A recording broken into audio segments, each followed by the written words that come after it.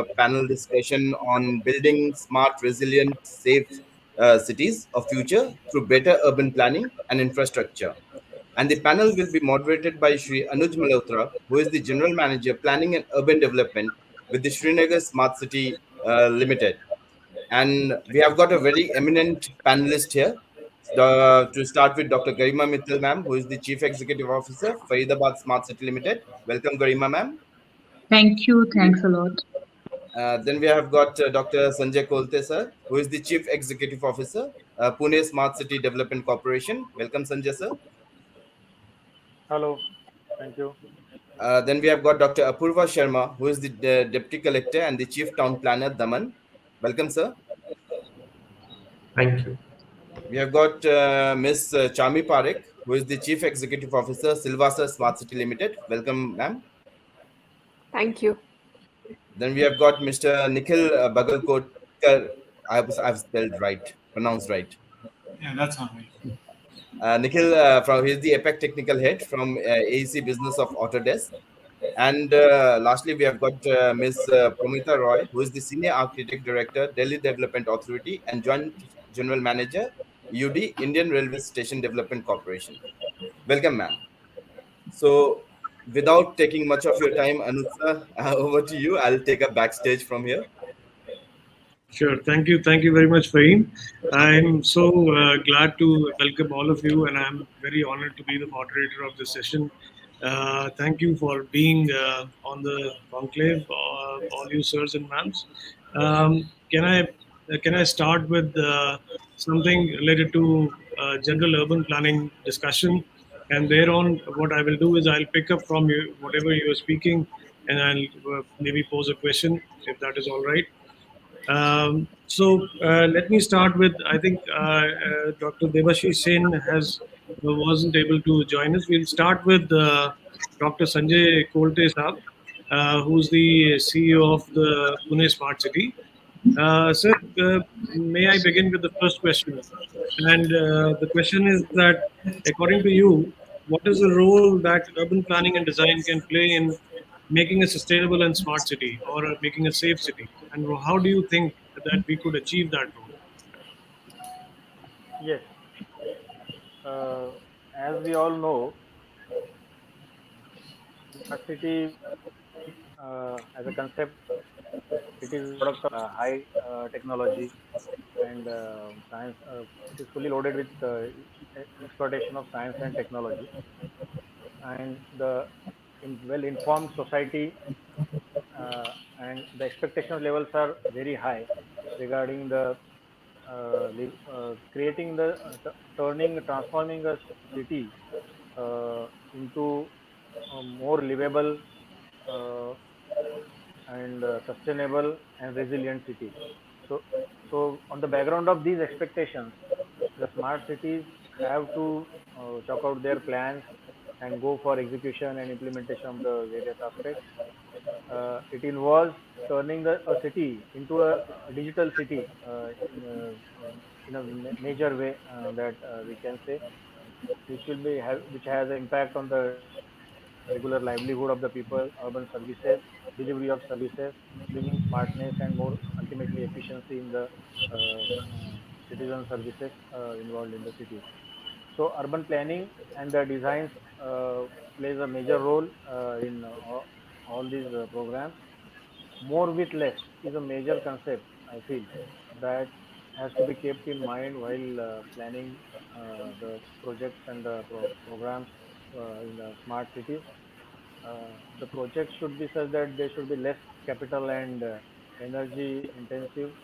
Again, climate friendly and uh, energy saving approach has to be adopted in terms of urban planning or the designs of various projects or the assets which we intend to set up in the smart cities. Secondly, uh, the point which is normally neglected or it is giving it is given a backstage actually is raising of funds and financial resource mobilization that has to be achieved by smart cities. That is also another aspect which has to be planned, right?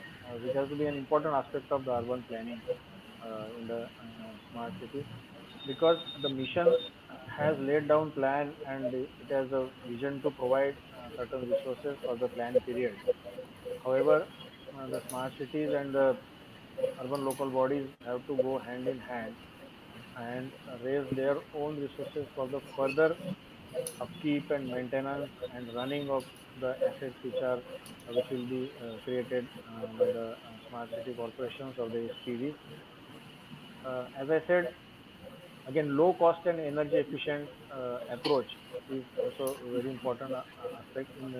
Say in Pune smart city, we have implemented two major projects where we have taken care of the energy efficiency aspect, and that is smart street LED light project, which has been implemented in the city since 2018, and more than 93,000 lights of sodium vapor and mercury vapor lamps in the city have been replaced with high energy efficient LED lights with smart dimming abilities, and they are controlled centrally through the ICCC by way of SCADA, and thereby we are saving 58% of energy which was earlier spent on the street lights. So the major uh, uh, achievement or significant reduction in energy and disadvantage is we have uh, experienced. The project did not attract any additional cost because it has been implemented. It is being implemented for 12. It will be implemented for 12 years. The total OPEX period of this project, and it will be in PPP mode. So that is another great advantage. Uh, Likewise, the smart e-buses have been implemented in Pune city, where again the alternate source of energy. These electric buses have been helpful in reducing the carbon footprints of the city and noise, reducing the air pollution and the noise pollution also. So these approaches, climate friendliness and energy efficiency, are very important aspects which needs to be taken care of in the urban planning and implementation of the various projects. Green transport options is also now almost order of the day, and most of the states now in near future will be coming up with the EV policies or electric vehicle policies. Maharashtra state has also come out with EV policy, and some major decisions are now it has begun to take decisions at the state level, departmental levels, and the ULBs are also going for EV friendly policies and encouraging the electric vehicle. So with these major aspects, I think if urban planning and design uh, is taken care, then it would be very helpful in achieving the vision of smart city. Thank you, sir. Thank you. Thank you very much, sir. This is some very important points you have raised, sir. I have noted them down. We'll get back to them once we have heard all the speakers. Can I please invite Dr. Garima Mittal? Ma'am, can you, if you don't mind, could you please switch on your camera so that we could see you? Yeah, I will like to switch on the camera. There is a technical glitch. I hope you Ah, we can continue like this. sure, sure. So, Dr. Mittal, if I could please invite you to kindly, reflect upon how urban planning is important and how do you think that it can contribute to safe and sustainable cities, and how do you think it can achieve that role? If you could please Yeah. reflect. Sure, thank you. I strongly believe that smart city is an absolutely different ecosystem. The vision of central government to have a lighthouse project is very much in the whole project. Like you asked me about planning, I have your four questions, which ask me about planning and what about user interaction, time frames, and the safety and resilience. So I have been heading different organizations as municipal corporation, metropolitan authority, and the revenue departments. And I understand smart city is basically an absolutely different experiment. And when you ask about planning, it's not what the administrator thinks as planning. It's what the city thinks. As the CEO Pune has rightly said, the people have high expectations. And in smart city, while planning, we don't think as what we think is smart. We think as what people think is smart. So when we started doing this work in Faridabad, there were very small little things, and some big projects also came our way when we asked people what is smart for them. So in the big major projects, we had this Badkal Lake, which has been one of the hallmarks of the city for around 50 years. It has been in many Bollywood movies also. So they wanted a rejuvenation of the Badkal Lake. So the Badkal Lake became one of our flagship programs. And when I talk about small little projects like dog shelters, there are lots of dog lovers in our city. And they came up with this project that we need dog shelters maintained by RWAs, which are prefab, and we can locate them in, it can be moved around uh, in the colony. So that was, small little ideas. And they said ki the lights in Noida, the Tiranga light should be replicated in Faridabad. And it was a very low hanging thing, and the people are very happy about it. So what people think is smart should come in the planning, and the satisfaction is actually really good. So, the rest what we did are major projects like Sir said in Pune. Were into streetlight SCADA, and now that's a project that the Haryana government is taking for all the cities, all the municipal corporations. City bus service was also one of our projects, and it is being done by the Metropolitan Authority. We are doing the ICCC project, which is up and running for last 1.5 years. We have 1,000 cameras on roads, and each of our cameras works. Like not like there is a perception if it's a camera, it may not be working.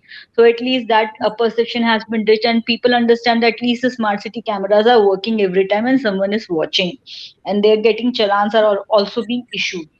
So here the role of planning, yes, the smart city has given a different concept that the city belongs to people and it's their thought processes. Big or small projects, whatever is important to them is getting incorporated. And when you ask me about user interaction, yes, it does slows down some of our things. There are multiple views, there are clashing views, but I think that's what it is all about. Instead of putting a project in place and then debating whether it was good or bad, it's better to do it earlier. So, like we had this comprehensive mobility plan being chalked out, and we had two stakeholders meeting. Everyone in the city, from the transport department, commissioner of police, municipal corporations, big universities, politicians, and everyone. I mean, all people who had some say through the Red Cross or others, they were involved. What I personally felt was that these user interactions, if they're held in a bigger group, it becomes meaningless. So, it has to be more focused. Like whenever we had camps, we had 4 or 5 people in a small T group kind of an interaction. So it made sense. We had good ideas coming up. In fact, for our city routes buses, when we asked them which route is good, they told me some very obvious things that our administrators have missed. They told us the main NH and the bypass. So we were working on the NH and the bypass was missed. So it was such a low hanging and a good idea, which was something that was so obvious but was being missed. So user interactions are good. It can be messy, it can be fruitless sometimes if it's a very big group. But I think it's a necessary evil, and it's actually good to debate it before implementing the project. So with all the ifs and buts, I'm still very pro for the user interaction for the stakeholder meetings. Challenges in time frame, yes, multiple. I mean, most of our projects needs extensions, and we are always debating: is it because of the COVID lockdown? Is it because of the NGT stopping our work, or is it because of the fog, pollution? All these issues in the NCR. Sometimes, the labor was issued during COVID. So all these things, yes, they cause us lots of challenges. In fact, all these brownfield projects, they have multiple permissions being sought from different departments, and those becomes difficult, but some senior officers, the ACSU will be interacting with us, or sometimes with the nodal officers the Haryana government has put for each district. So very senior officers that they have helped us, and in fact lately only we got the permission for forest from the forest department for the Badkal Lake, which was pending for last 2 years. Similarly, we had difficulty in getting permission from NHAI for the cameras on our NH. So these things were difficult. They are problems, but they are also solutions. So I think timeframes are what has been planned needs to be more flexible. Our DPRs have to be more flexible because the ground level situation sometimes we need to go for not for one smart road of 1 kilometer may not be made in a year as planned. So we need to be flexible in the initial DPR itself. We need to put it as 1.5 years rather than projecting something like a very watertight compartment. Something that is workable, I think, will get us more respect and admiration. Lastly, when you asked about the safety and resilience, yes, I mean the way we have used our ICCCs in the COVID, it has shown us the resilience of our data management. I mean, it was so nice and good that we can check out all our ecosystems, all our database on our COVID, the central government ICMR portal, the state government portals, the district data. Everything could be mapped in the war room in the ICCC. The resilience was out and open that the smart city has contributed. They have delivered in the unprecedented times, and safety. Yes, we are just working on the NH improvement of the NH intersection. No one talks about the traffic management, traffic engineering. So smart city is talking about it. Smart city is working on it. In fact, in Faridabad, we have lots of national repute institutions which we are actually requesting their help for the traffic engineering. So we are trying to improve the safety features of our NH, so national highway, and we have a project in the pipeline. So overall, I think smart city has been a lighthouse project, and it has lots of learning which needs to be actually emulated by multiple departments. All right, thank you very much, ma'am. Actually, I was trying to say that I will get back to you on the other questions later, but Oh, okay. thank you for that's not a problem. We will take some cues from whatever you said till now, and we'll come back to you, circle back to you. I would like to invite Ms. Parekh, who's the CEO of the Silvassa Smart City. Ma'am, would you like to reflect on the first question about the urban planning scenario?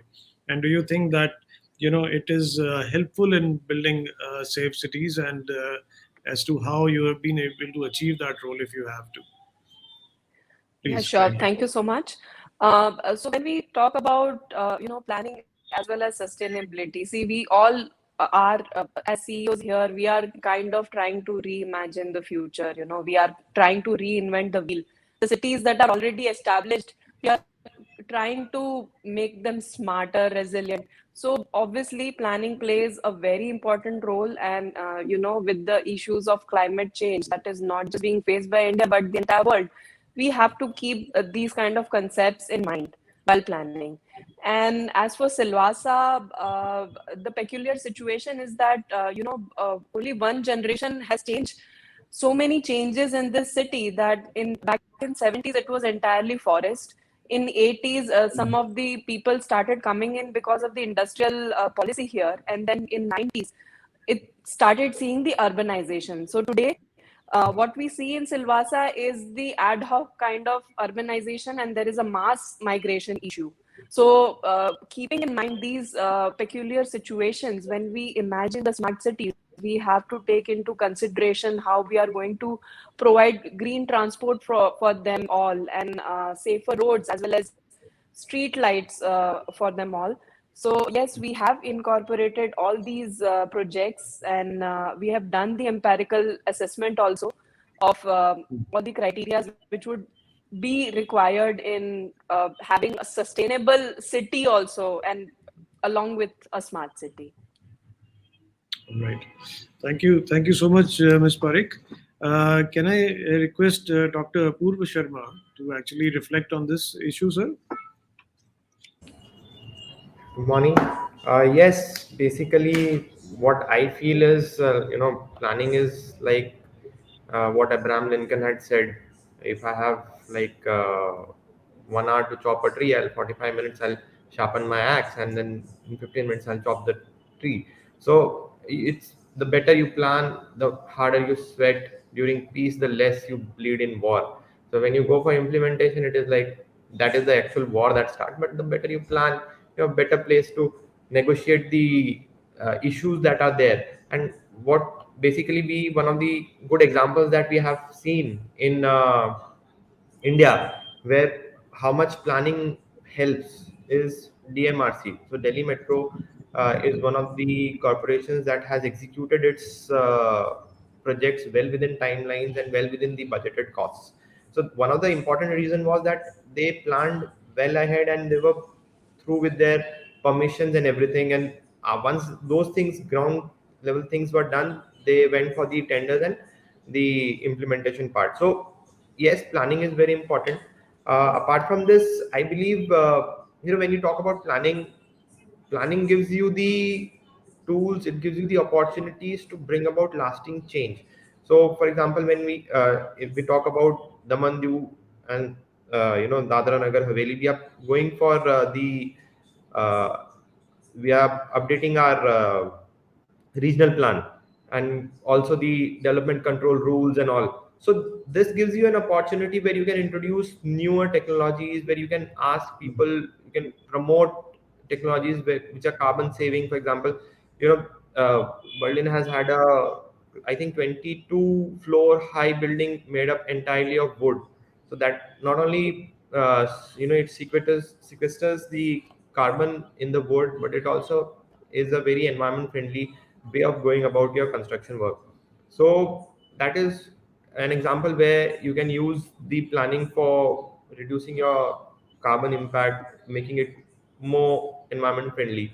Then, one of the most important sources of emission for pollution in urban areas is transportation. So transportation is often looked at in isolation. Like, we also have electric buses, we are putting in place electric buses. We The Union Territory of DNH and DD is doing very well with respect to cycling, promotion of cycling. So we've had cycling lanes since the year 2015 in the city of Diu. We are promoting it in the rest of the territory also. But we need to look beyond, and we need to look at how mixed use can reduce the need for travel.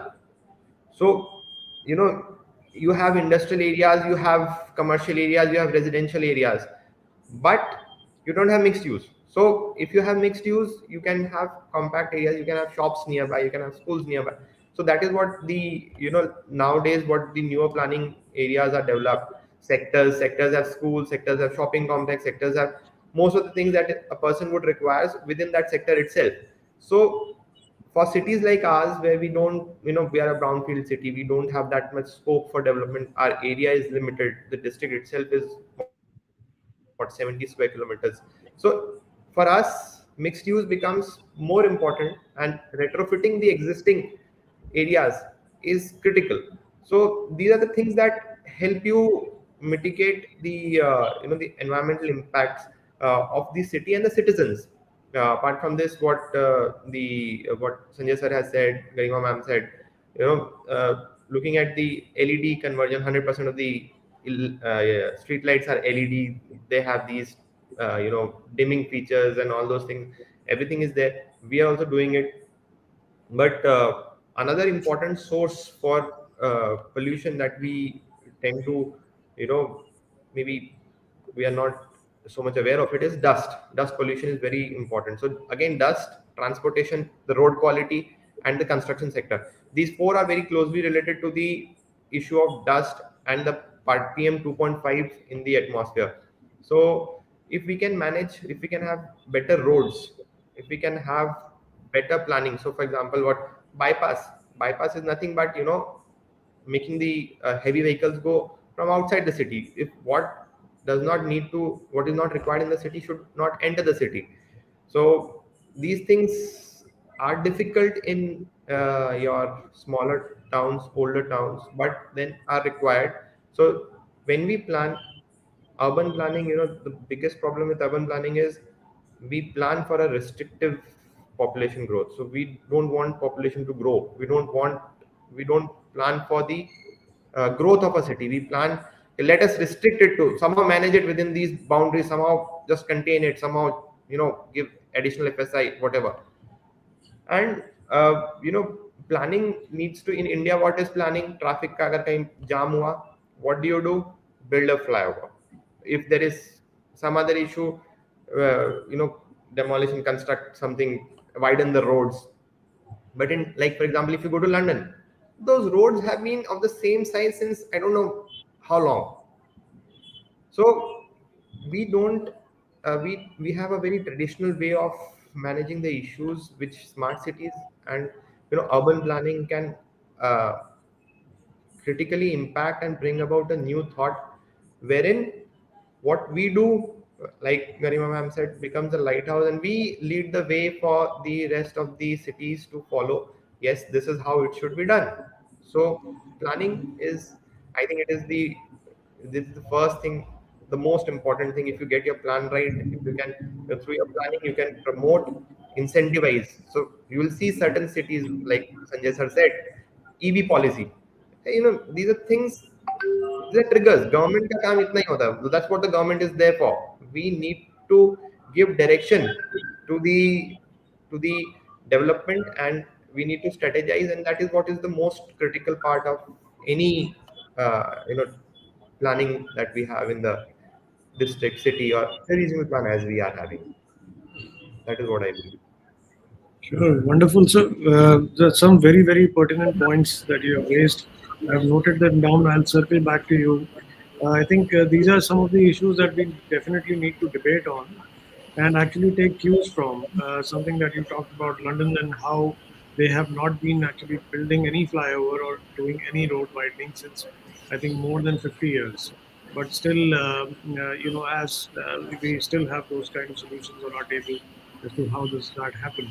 May I invite Ms. Paromita Roy? Paromita ma'am, may you please kindly reflect on how do you think urban planning really helps? We know that you're an urban development expert in this area. Can you please reflect on your various experiences from the past and what do you have to say about that? Well, it's like it's like saying that what is the role of a doctor in treating a human body? The question is like that. I mean, how can you treat a human body without a medical doctor, right? You need a doctor. So if you're doing city development, how can you do city development without an urban planner? I think the question in itself is an oxymoron. But even having said that, I think the reason our cities are sort of never going to reach up to European standards is because we don't have the correct space for urban planners in our systems, and we need to put them right on the top, make them responsible. Like in the US, if your building falls down, the architect is responsible for the building. He loses his license. If a patient is wrongly operated on, the doctor loses his medical license. Similarly, urban planners must be held accountable. It should not be like, you just give your jaan and give your ideas and somebody else takes the responsibility and the hit. No, you have to empower them, also make them responsible and answerable and accountable. Give them power and responsibility. Then only the whole aspect will start unfolding. As of today, planning is not happening in India. Planning is related to only doing court cases, doing land use changes, doing land transaction cases, and coloring maps. That is not urban planning. So urban planning is a very holistic field which combines data, data related to your population, their income, their lifestyles, their household expenditure, their income brackets, their age, their gender. These are data. It's not something that you can sit and then say that I'm also an urban planner because I know I can see. I'm roaming around the city every day, so I know how the city is. It doesn't happen like that. None of us are antaryami hum nahi hain. So we need to look at data. Every city, every country has very clear data. We are very weak in data collection also. And that data needs to link with spatial parameters. Spatial parameters are use of land, ratio of green versus built, road network, allocation of land, travel patterns. These are data which are physical data, which you collect. and census data is related to population. So once these two are linked, only then you come to know what your city needs. So now, just to summarize, I'll not go on because this is a very long topic, but uh, I don't hear much in our discussions, which I attend daily, much discussion about what is the need of the majority population of our city, of our country. So we come from a country where 70% of the population is below the age of 30. And we are all decision makers. We are all above the age of 45, 50, 60, I think, whatever, maybe not 60, but we are well above 40, 40, 45. So, do we really know what the youngsters of the cities need? They have very different needs from what we feel or we assume that they need. Most of the 70% of this population does not own and does not want to own a private vehicle. They are not looking to buy bungalows. You know, they are not driving and speeding through our roads. They are working very hard. Many are working in call centers, flight attendants, air hostesses. Every single person that is there in our office, outside our office doors, is young and is doing these jobs. And they are, where are they living? How are they traveling? How do they seek entertainment? How do they enjoy walking home when they are getting out of the bus, or when they get out of their office and they are going to the bus stop or getting off from the metro and going home? Do they have a memorable experience? So that is what is important to 70% of the population of our country. However, the decisions are taken by probably 1% who are, very privileged. We are all very privileged. So we are all taking decisions for this majority. So, I think planning, first of all, therefore, needs to look at data. Then the numbers need to be crunched. Housing is a very major thing. Housing needs to be discussed in a very serious way. And personally, I feel that if a smart city project is being done, it needs to look at, how will the city become smart? Do we know what youngsters want? Like, I mean, as someone who works with youngsters, what I normally hear out of the interviews, they would love to sit in a park or sit at the metro station and do their work on the laptop. They would love to have, effortless Wi-Fi on buses and metros so that they can continue to work. Most of the time, when I'm traveling on the metro, I hear people doing their work calls on the train. And then the train goes through tunnels and it gets disconnected. So can we give them uninterrupted Wi-Fi on metro and buses? So these are the kind of things we need to probably look at. What we need. We need to map the needs of the majority first, because I feel that is our sort of job. So now urban planning, I think I talked about in the earlier part. As urban planners, the role that we have, and I think smart city has a very important role to help that happen. The role that we have, as I said in the beginning, is that we are city doctors. So it's actually ऐसा लगता है कि it is a very it's a very intuitive profession that anybody can do planning. It is actually not intuitive. It is as complicated as a medical doctor, because what we may see that fever hai, the fever can be influenza also, the fever can be a stomach flu also, it can be COVID-19 also. Only a doctor can tell you through various tests that what is your problem. It's the same thing. You may see congestion on the road, maybe. That is a symptom. The cause of the congestion can be a land use issue. It could be a road network issue. It could be a blockage issue. It could be a simple encroachment issue somewhere. So you need a city doctor to come and tell you the solution. If you don't have that, then you will be beating around the bush and taking Calpol and paracetamol, and you're going to get sicker and sicker. You're not going to get well. So I think with that, I'll close my comments on the first question. Thank you, Ms. Roy. I think those were some very hard-hitting and very pertinent points that you made. Thank you for that, and I'll come back to you on some of them. I think one of the important issues that you have raised is about the demands of the young population, and we saw that probably in during COVID times.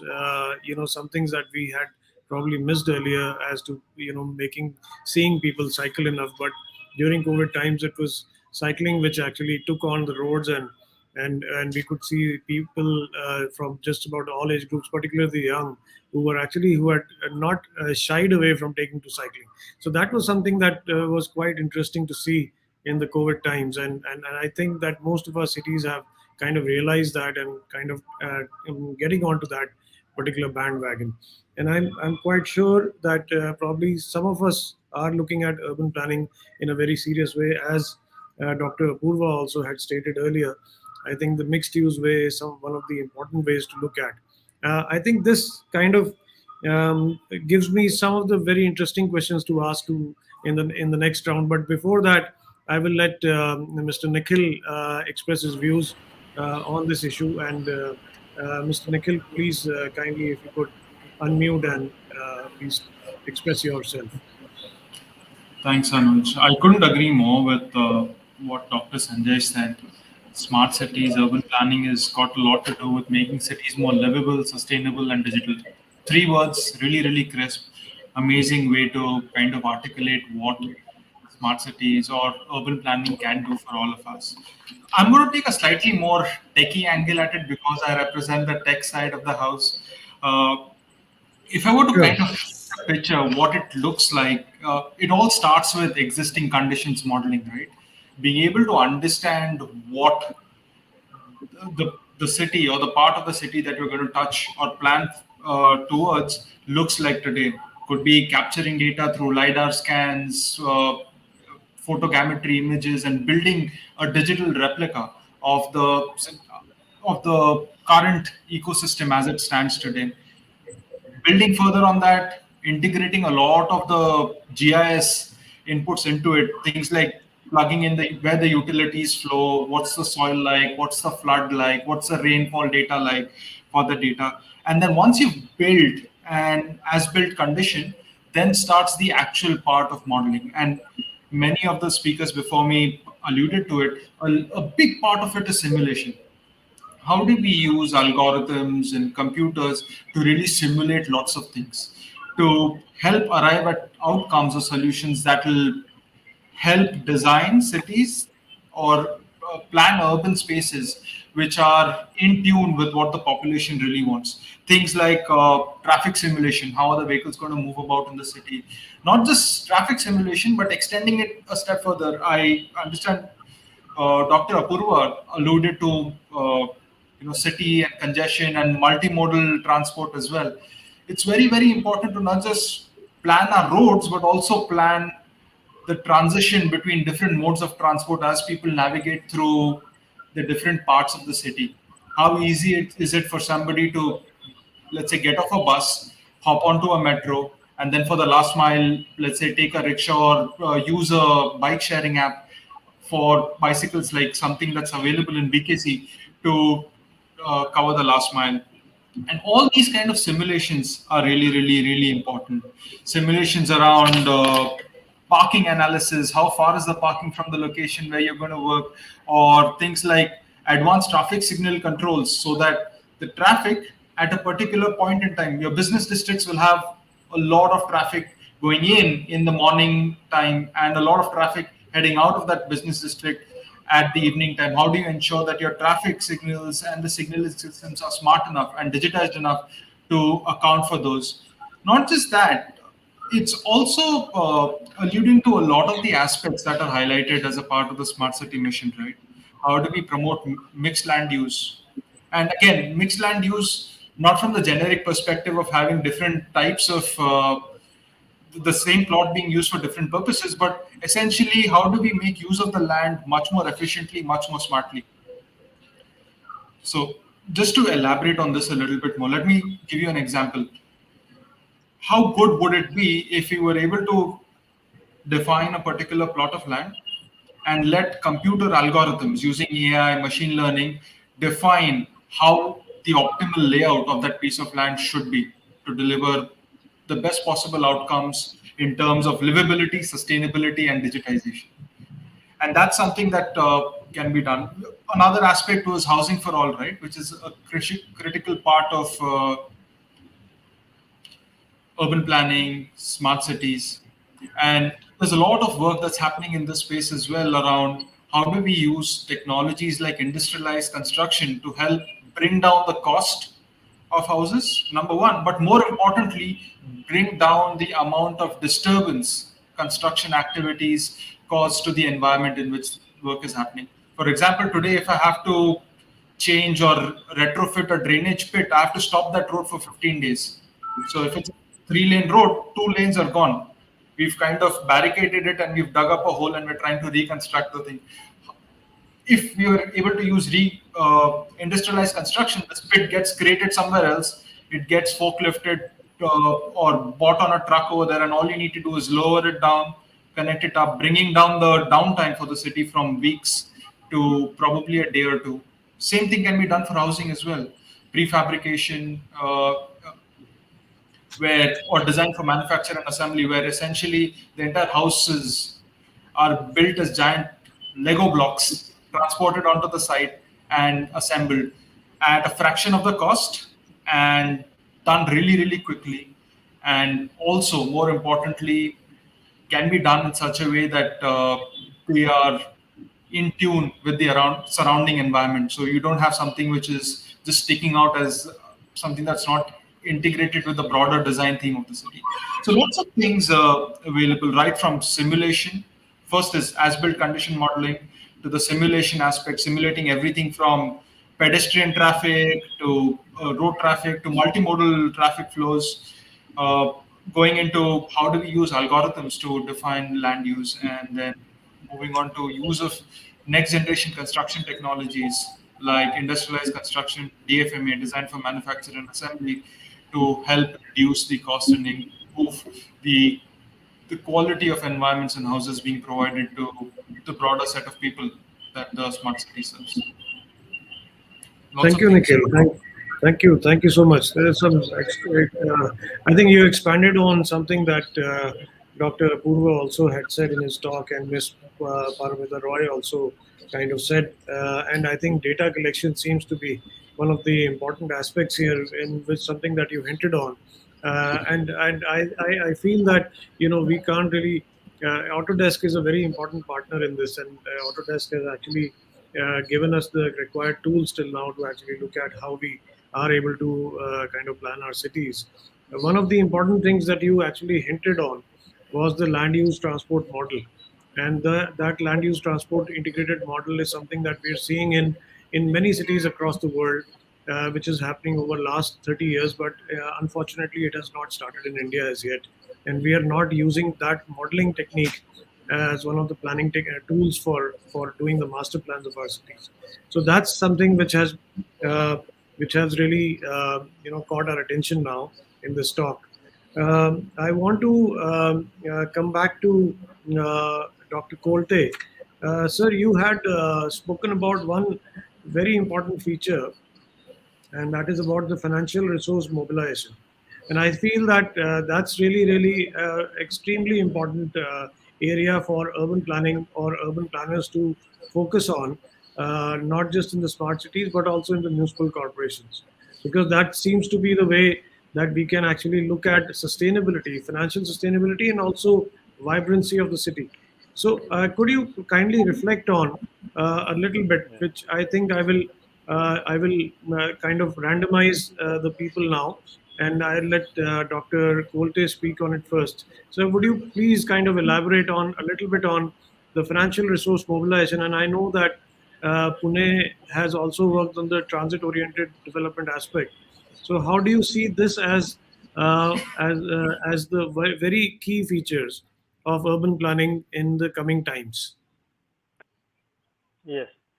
As I said, so the by way of various projects which we implement in the smart cities. Say, for example, a major project in most of the smart cities is the ICCC and the smart elements.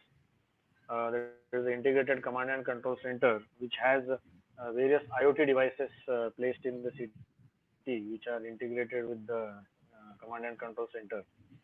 So some of these devices have the potential to monetize, like the variable message displays which are placed in the city.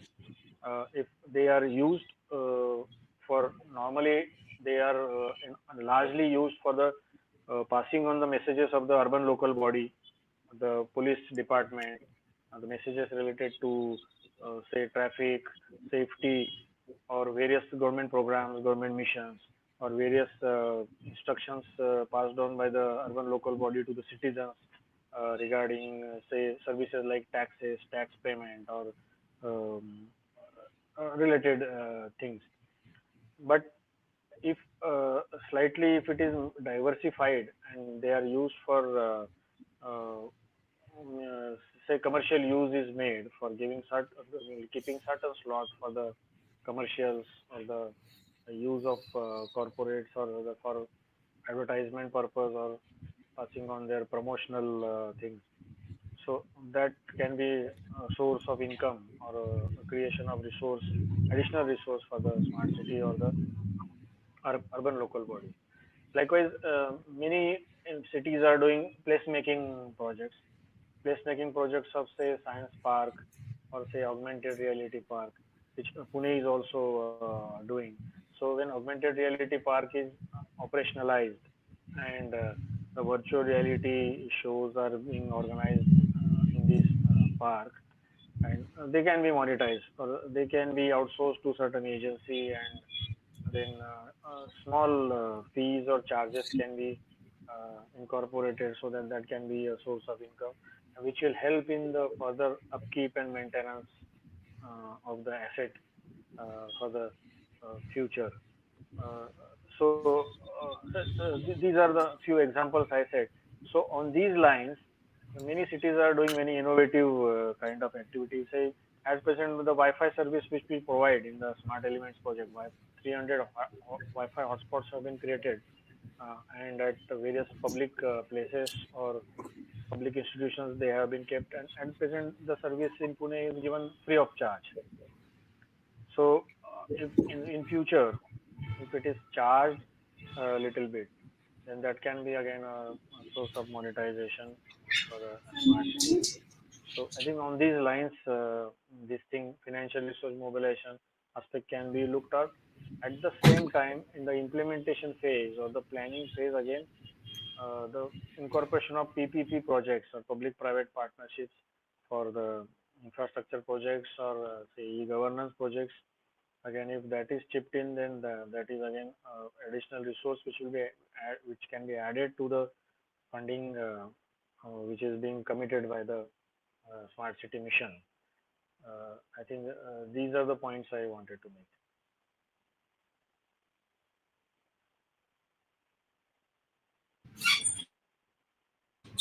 Sorry, I was muted. Thank you so much, sir. These are some very important places where resource mobilization can be actually looked at, and I'm hopeful that some of our smart cities are doing that.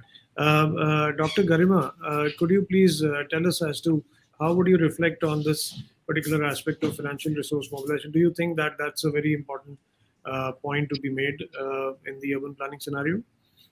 Yes, absolutely. It's a very important concern, and more so because we are almost in the fourth year of Smart City mission, the Faridabad Smart City, and we have to think about the assets that we have created. How will they be operationalized and maintained over the time?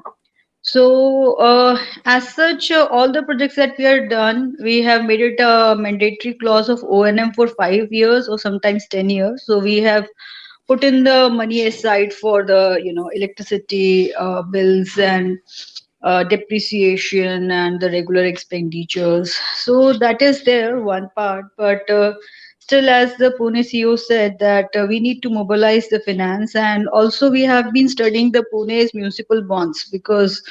The government of India Smart City Mission, they have actually taken the project. We have read a book on Pune's municipal bonds, and we are in the process of making our balance sheets and have a municipal bonds of around 100 CR for the Faridabad Municipal Corporation. So that's another aspect where we have a better financial discipline and oversight, and also some funds being raised from the cities. And in fact, the US Treasury is also hand holding Indian smart cities to go forward because they have generations of experience in it. Thirdly, I will say we should not look at finance as just capital. We should have a wider view, and in fact, we have an ATCS system on our bypass. Almost half of the city is covered, and we had an outcome study which clearly showed us that only on one of our tracks, that is one out of five, I think, we are saving around 5 cr in terms of cost and in terms of fuel and time. So that kind of savings are also what we are doing for the commuters. So they're saving on the time and the fuel which is being consumed, and it is a proper thorough document. In case you are interested, I'll ask my office to share it with you. And these kind of financial implications are also there. When where we are saving for the whole of the city, we are saving for the commuters. So, lastly, I'll say that yes, PPP projects are important, and we are hoping that we will have a Badakal Marina development, which was an important tourist spot, and also that will actually revitalize the tourism industry of the Badakal Surajkund area. In other seasons, when the Surajkund Mela is not in, is not there, especially in the February, the Mela is all around. For the other times of the year, it's a Barkal Lake which used to drive the tourists from Delhi NCR area to this Faridabad city. So that way also we can generate a complete, we can revitalize a new, the old, we can revive a old industry that was already thriving here and give it a new future, and that is how also we can have financial implications. Also, lastly, I like to mention we are into multi-level car parking project, and we are hoping that if all goes good also, I mean, what we have learned from Chandigarh, Gurgaon, Delhi, multiple other MLCPs around the world, the occupancy is low. So whatever, if we even achieve 40 to 50% of occupancy, which is an a reasonable estimate what happens on an average, so we will get these receipts and we will give it to Municipal Corporation Faridabad, which is always in a crunch of funds. We are also in the process of making a shopping complex with this MLCT project. And once auction, I think that will give us a good fund, good amount of fund corpus. And we are also planning to give this to MCF, Municipal Corporation Faridabad. So the possibilities are immense, and I think we are learning from each other. Like we are learning from Pune about the municipal bonds. We are learning from Delhi, Chandigarh about the MLCP. So I think overall that's what the smart city stands for. Financial issues are critical. I mean, in the long run, with the project's smart city mission nearing the fourth or fifth year. So our focus is there, but we are learning from each other, and I think the government of India is also giving a due importance to the mission, and we are getting the proper funding on the competitive basis. So I think it's the time to think about it. Yes, it's a very important question, and I will just like to conclude there are multiple ways. So we should not just think about how to raise the capital. Even saving a dime is equal to earning a dime. So if we think in those direction, yes, we can do some smart work on the financial side as well. Thank you. Wonderful, wonderful. Dr. Mittal, that was a wonderful point. Thank you for that. That finance is not just capital. In fact, if you're saving something, that's equally something that you're doing towards sustainability. And one of the fantastic examples that you gave about the Bhatkal Lake and the Surajkund area, where you're trying to create a symbiotic relationship between the two entities, so that whenever the Surajkund is not happening, the Bhatkal Lake can actually do that for the people and for the financing. I think that's a wonderful example. Thank you so much. May I kindly invite Dr. Apurva Sharma again, sir, to kindly reflect on this particular aspect, because you did talk about mixed use cities, and I think mixed use cities are also one of an important ways of doing financial resource mobilization in terms of planning. Now, could you please kindly throw light on it and maybe express a little more on that particular aspect? Uh, Whereas financial resource mobilization and all these things are concerned, I believe we need to have a graded approach to it, because cities like Pune, Faridabad, bigger cities can actually go about and raise bonds and all, do that stuff. For cities where we are, like, our population is 1 lakh, population is 70,000, Diu has a population of 23,000, it is practically impossible to do that. We have to provide services.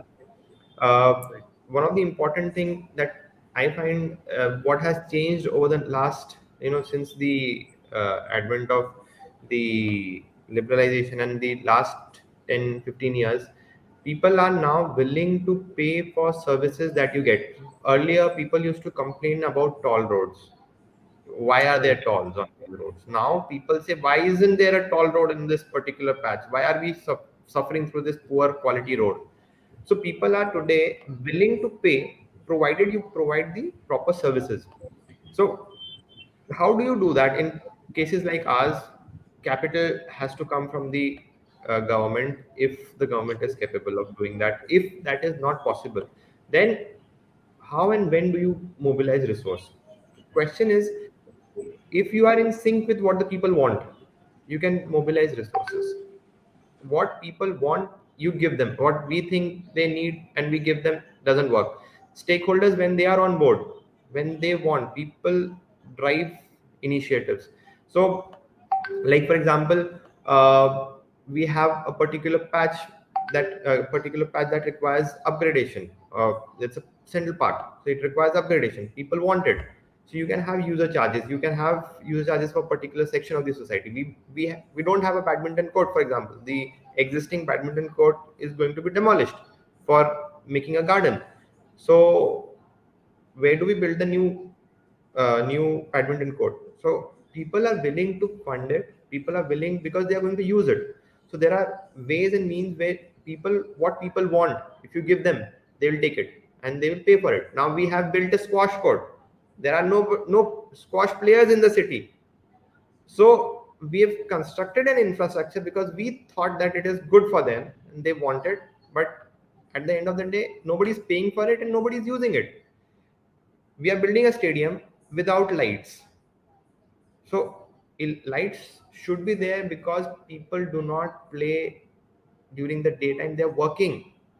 And if you see any of the usage of any sports facility, if you provide them with lights in our climate also, people prefer to play under lights. You charge them for the electricity and people are willing to pay and use it. But if you don't have lights, your utilization of the resource goes down, fund mobilization suffers, and you cannot do it. Then there are certain things that are public good. People crowdsourcing, crowdfunding is actually possible. So we have Red Cross. We had a building that was there which used to fund the operations and maintenance of Red Cross. So we have old age that is being run. School is there that for the special children. It is run by Red Cross. So how did they mobilize their resources?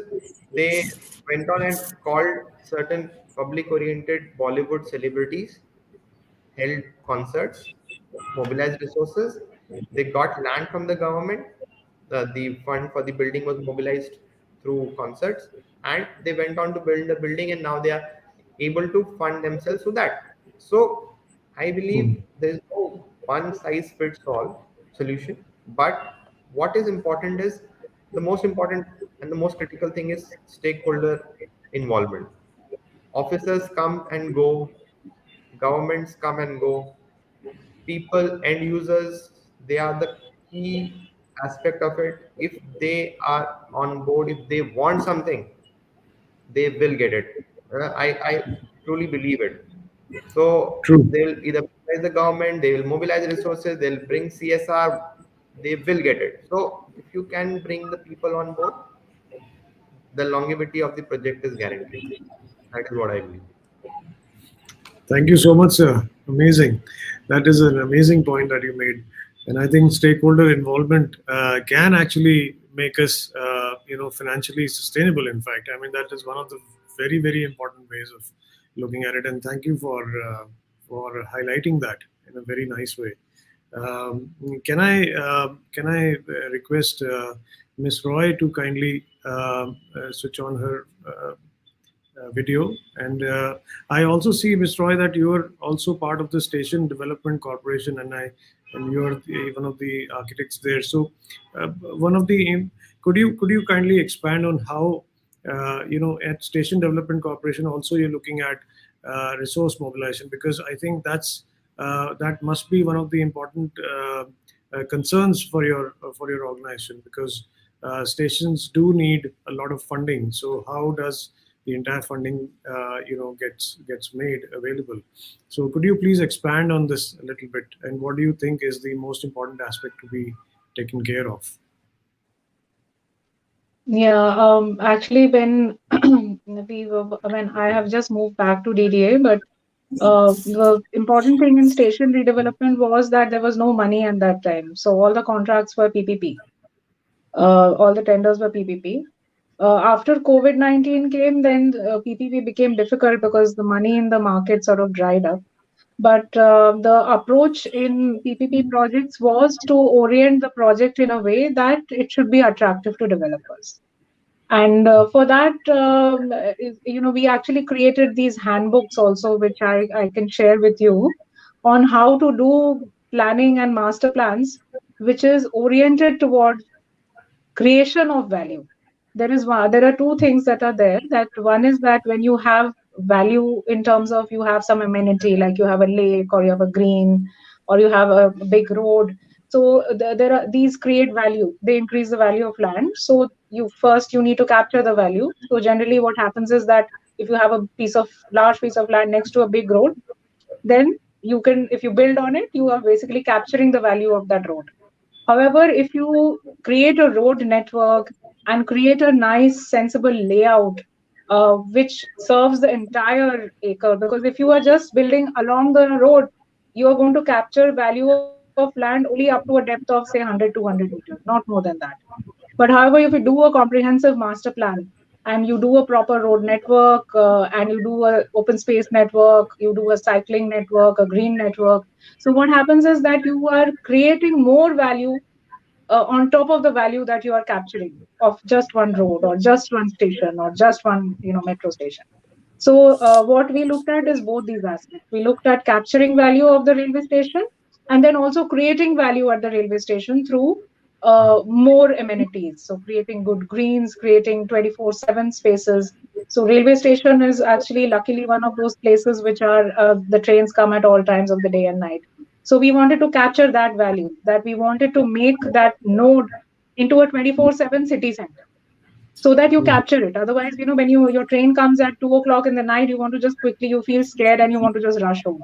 Why? It can be like an airport. It should be like a vibrant space. Even if you're coming in the 2 a.m. in the night, you can have commercial which works 24/7, have two shifts of retail, two shifts of everything. So it was the whole project was oriented towards that. And then one very important aspect of PPP, which I want to highlight very strongly, is that in PPP you have to give a lot of freedom to the developer or whoever the person who is investing, because he has to be given that creative freedom to figure out how he's going to, capture and create the value. Eventually, he's going to do it. However, Correct. since we have to, since we have to ensure public benefit, it's really important that we lay down some rules of the game. So, what we had in our case was we had a very detailed post completion facility management contract. So, it was called FMA, Facility Management Agreement, which was signed with the developer, who will now take care of the station that he has built, and he will operate it for, say, 30 years, 50 years, however 10 years, anything. And the terms are written in that. And the facility management contract has something what we call KPIs, key performance indicators. So we had very simple, just 10 performance indicators in the station, and which could be easily digitally monitored. They were not like human interface nahi hona chahiye usme bhi. They were all digital monitoring. So either through CCTV or through SCADA or through other systems which were electronic, but not human, because that's where fudging and all can happen, errors can happen, corruption can happen. So we had the KPIs and the monitoring system. So these things keep him accountable. So आपको जो public के लिए important चीजें हैं 10-15 चीजें वो हम monitor करते हैं, और बाकी जो चीजें हैं we give complete freedom. So with this thing, the Habibganj station, which has just been launched by Honorable PM, that is done on this model. And he has built it and he is going to operate it for 30 years. The Gandhinagar project, which was also inaugurated by Honorable PM a few months back, that is a different model. That was an EPC contract. where the money was given by the government. But in this one, nothing has been given by government.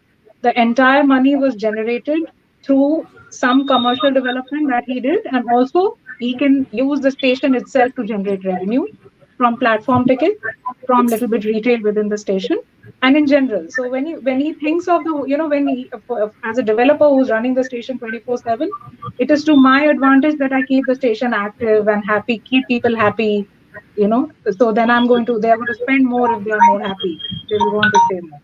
So it works for both ends. So that was the model that we worked. All right. Thank you so much. I mean, I think one of the key aspects, I think two very important statements have been made now. One is about having a stakeholder involvement and very strongly in the way planning is done, and the second is about the market responsive development, which was spoken about by Ms. Roy, and we've also what Dr. Mittal also talked about regarding saving, not just being about capital, but also about saving.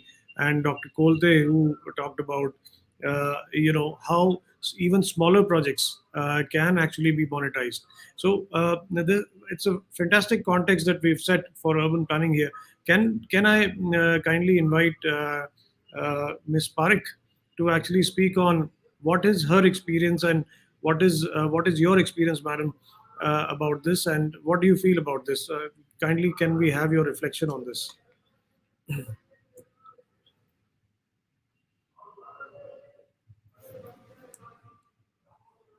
Is Ms. Parekh online?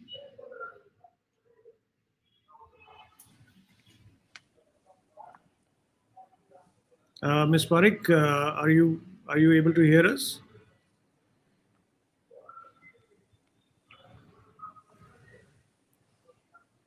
Are you able to hear us, Ms. Parekh?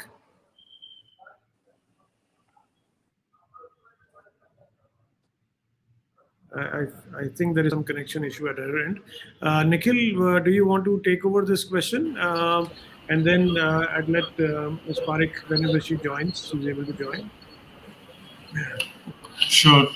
Thanks, Anuj. So, lots of interesting inputs coming in, right from stakeholder involvement, and at the end of the day, it all comes about to citizen centricity, right? Everything that we develop as a part of a smart city, or for that matter, even urban planning, the citizens who are going to make use of the space are at the center of it. And there's a lot of metrics that are available to measure the livability score, the usability score, and all those elements. And again, I have a tendency to come back to technology, but there's a lot of tech also available in this space that can really help understand what the stakeholders want and ensure that what is planned gets translated into reality through the entire process of design, develop, and then construct. Right? Absolutely. I think all the speakers have really spoken about it. I mean, it cannot be undermined, the place of technology in monitoring, particularly, and providing the tools for planning. Yes, absolutely. Yes, and ensuring that all the stakeholders involved are in sync as far as what was conceived at the concept stage gets translated into the design phase. And then when you're looking at it beyond the design phase as well, into the construction and even beyond that, into the operation phase, how do we ensure that there is no loss of information or there is no Chinese whispers, for the lack of a better way to put it, that happens between each one of these stages. And you envisioned a particular way in which a common area, I, Mr. Apurva talked about wanting to develop an area where people could go and exercise, play some games. And one of the ways in which it was designed was a squash court, in a city which has no squash courts. If you're able to get the stakeholder inputs, identify what's relevant for the segment, and at the same time, through the segmentation process, get all the stakeholders involved in the process to be on the same page, we will be able to easily translate the user inputs into reality. And that goes a long way, because it's not just about the design phase or the concept design phase, it's also ensuring that all the stakeholders, the contractors, the GCs, the structural analysts, if those are involved, the landscape planners, if those are involved, they're all on the same page and they're all pulling in the same direction. So there isn't loss of fidelity, loss of information, loss of translation, and we deliver to the citizens what they asked for in the first place in its full vision, in its full form, without compromises. Right, great. Thank you. Thank you so much. I think we have Ms. Parekh back online. Thank you, Ms. Parekh. I hope you were able to resolve the issue of connection. I was actually asking you a question about, you might have heard the other speakers talk about financial resource mobilization and how, in different ways, they've been able to kind of capture it. What do you think, ma'am, in your area or in your experience? How are you able to look at this particular aspect, or do you think this aspect is important in your view? Sure.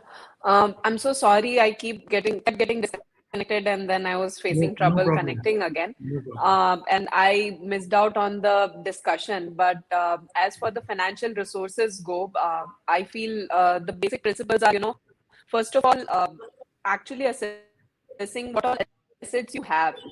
And I believe the finances don't only include the finances that we are going to get in the implementation part of the project, but we need to make an assessment of existing resources as well as assets also.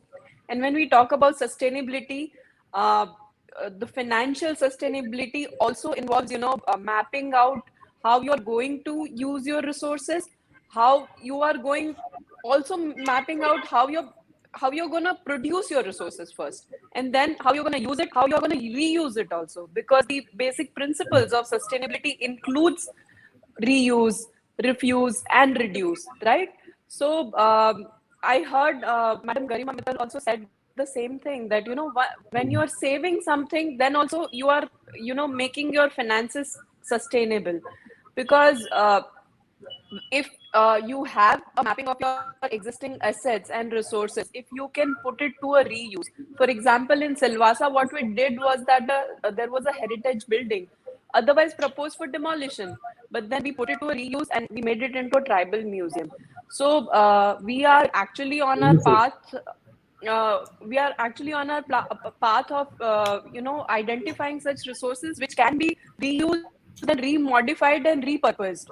So that way, financial sustainability will help. And how other speakers have also told, although I heard them in bits and pieces and I would not want to repeat it, but by providing green transport, and one of the issues that I raised earlier was that there is a mass migration of laborers from other states of the country. So we are putting in a place a system for labor hostel, which earlier Honorable PM also has taken up, has mentioned the model of UT administration of Dadra and Nagar Haveli and Daman and Diu. It is called a Sparsh scheme, and we are trying to implement it for the laborers, and we will be having model labor hostels, which industries can also replicate, and then bring in some revenue out of that also, which will in turn, achieve many purposes, not just a revenue model, but also quality life for laborers also. The people who are actually running the economy of the UT of Dadra and Nagar Haveli and Daman and Diu, apart from tourism.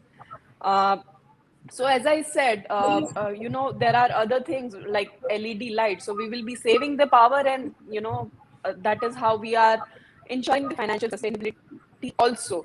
And for steady flow of funds, we can always go for CSRs and PPP projects. And I'm happy to inform that, especially in districts of Daman and Silvassa, which are highly industrialized, the industries are also very keen on providing the CSR funds for good activities. We have always seen their better participation in all kind of activities, and we are hoping that we will be having their cooperation along.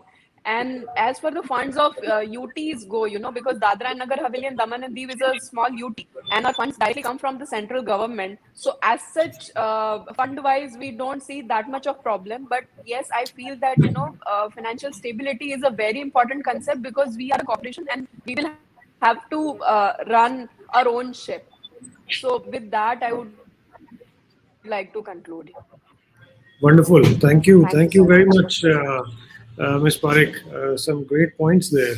And it seems that value needs to be can be created out of many things, and even reuse of buildings. And before even that, before even looking at reuse or reduce, looking at actually mapping of your entire resource, mapping of your entire asset, and looking at where you are, looking at your existing scenario and where you want to reach. I think that goal setting, I think all of that is extremely important. So I think thank you for putting that light on that. Now with this, I think what I will do is I'll open the house now, and I would invite any of the closing comments from our speakers. I would please request Dr. Kolte, if you would want to say something in your closing remarks, sir. And I would also request other speakers if they would want to, ask a question, or if there is anything that they would like to contribute to. So first we'll go with Dr. Kolte, please. Yeah, along with the other points which we have already discussed, I think the smart cities are also in the forefront of creating huge data by way of various IoT devices or the smart elements which have been installed in the cities. So now it is a time for us to now make use of this data and go for the maximum utilization of this data by way of use cases. Like in Pune, we are with the help of data which gathered through flood sensors, we have put in place a use case of flood data analysis and utilization in the disaster management. We have also, with the help of a startup, created a My Safety Pin, a safety application, uh, through which the pictures of various localities in the city, real-time pictures of various hours in the day, have been gathered, and with this, the safety index of places and safety index of routes has been created, and through a mobile app that has been made available, so that a person can choose, person can know the safety index of a place where he has to go, or they can choose the safest route to reach any place. So that slowly that app is getting popular, especially this is for the safety of women and children. Also, it is helpful for the police regarding the patrolling part, the removing any lacunas or the issues in the policing. So I think this now it's the time for exploiting the data, huge data that has been created by way of smart cities projects, to put it into use for the various through various solutions for the citizens. Right, so thank you so much. I think very pertinent point there. This is something that Ms. Roy also had actually expressed, and it's coming out more and more that data gathering is becoming an essential part. Thank you very much, sir. Thank you for your time, and thank you for being with us. Thank you. Can I Thank invite, you very much. sir? Can I invite Ms. Parekh to take her closing remarks, please? Well, as for the topic goes, it has been a wonderfully chosen topic, and it has been a really eye-opener listening to the experiences of Faridabad city, and especially from Pune CEO sir. Thank you for having us over, and I hope such events continue, and we become part of such events. Thank you so much. Thank you. Dr. Mittal, can I please invite you to please place your closing remarks? And if any of you would like to add to whatever you have said, some wonderful point that you already made. At the end of everything, I always have these very good words to say about smart city missions. That young officers, they don't get this exposure at initial trajectory of the career, and it's something similar to the medical science. I being a doctor, I can relate. When we learn from each other and we handhold, we share our experiences and get into the dynamic stages of, the country development, the economics of it, the development of the smart city. And I'm very happy when I hear these words like Pune, Silvassa, Daman, because sitting in a state like Haryana, we just talk about Gurgaon, Chandigarh, maximum Delhi, Noida. So, like getting the whole view of the All India service, when we get to know about other, the issues that Daman has, they cannot have municipal bonds. It's very nice. It feels very good. It feels very, it adds to our persona also in a way. So I am very thankful for all these online virtual summits that keeps on happening with the help of industry, and I look forward to many more. It reminds me about the medical science, and I think that's the way forward. When we keep on meeting on our virtual platforms, exchange our views and make real time changes in our policies and understanding, learning from different parts of the country, it makes a great sense to me. Thank you. Thank you, Dr. Mittal. Ms. Roy, can I invite you to place your closing remarks, please? Thank you for that. Thank you. Thanks very much.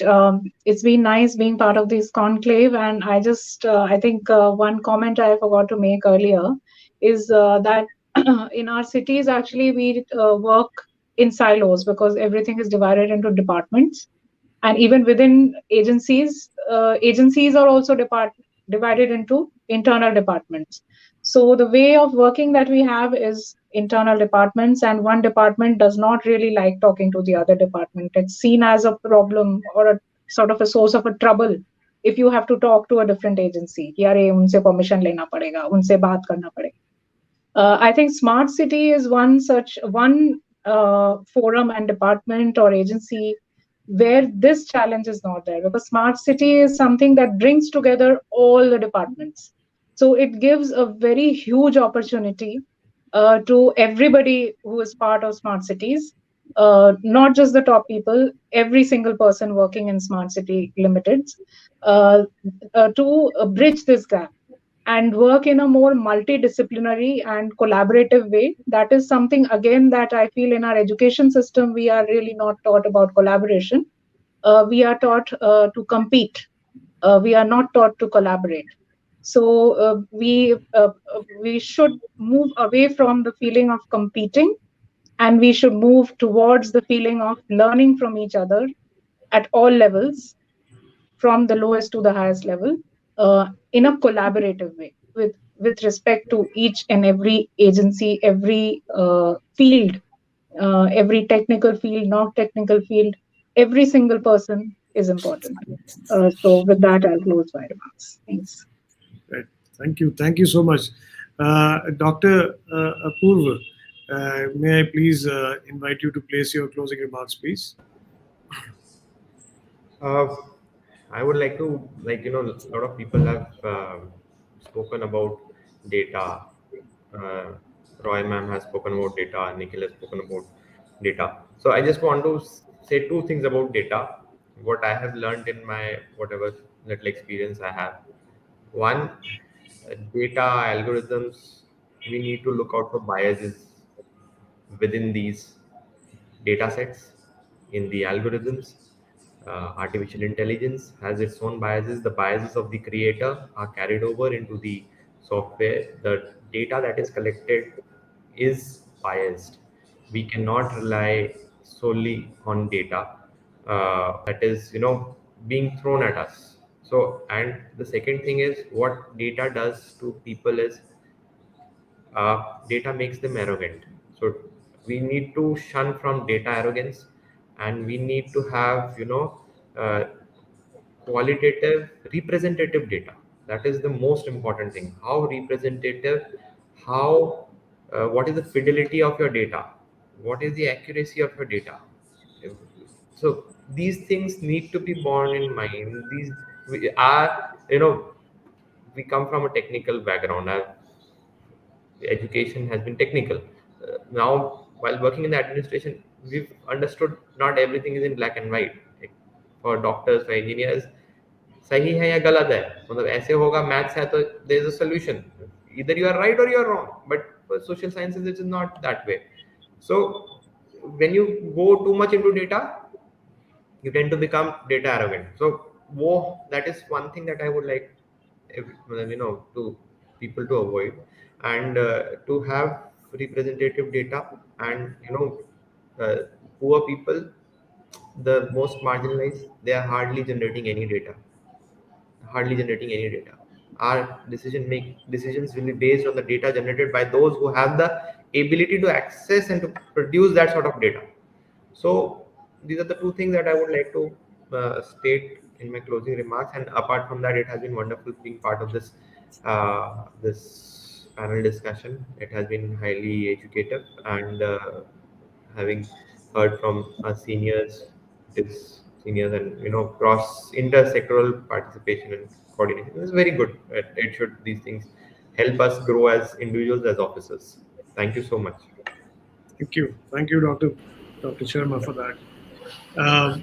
Nikhil, over to you for your closing remarks, please. Yeah, thanks, Anuj. Some amazing conversations today, right?